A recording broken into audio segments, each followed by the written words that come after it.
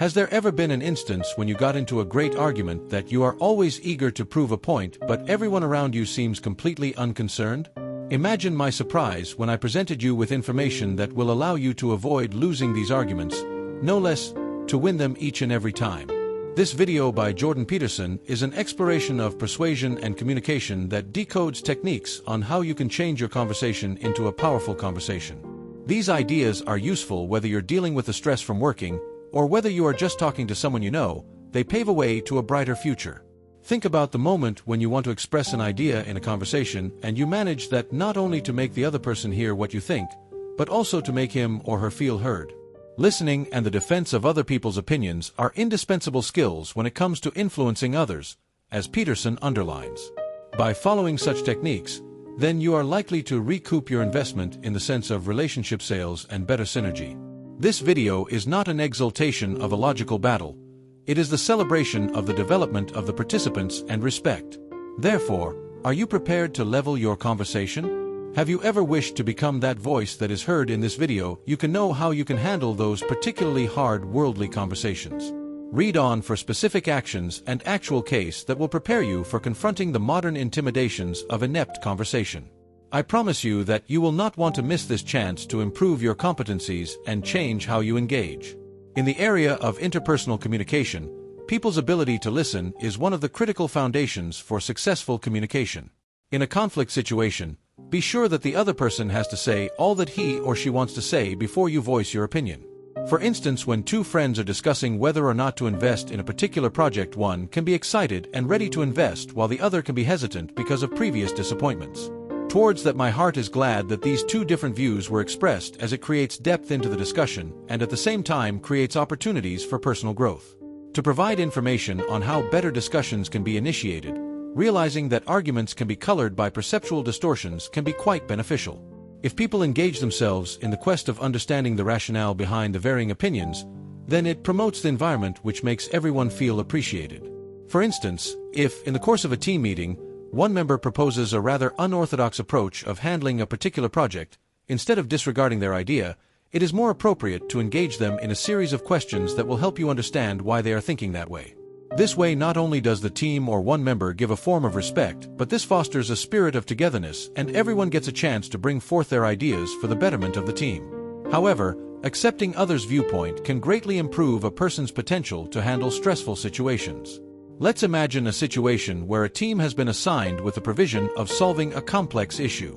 Since the team members get the opportunity to come up with their contributions to the outcome, the team is more likely to come up with a balanced strategy that will correspond to several aspects of the problem.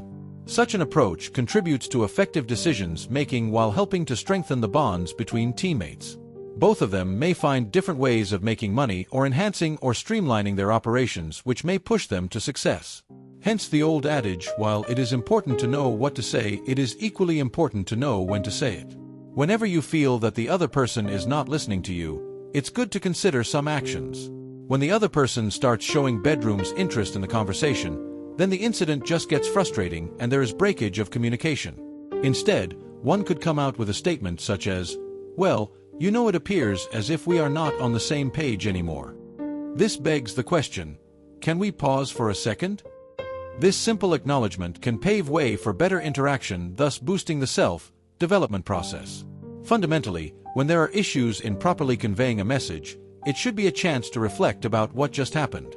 Instead of being predatory about where you are right, maybe you should ask why the particular exchange is not productive. It could be due to a specific kind of work or maybe problems that are affecting that individual. In this way, realizing these dynamics, you can change your approach to something else.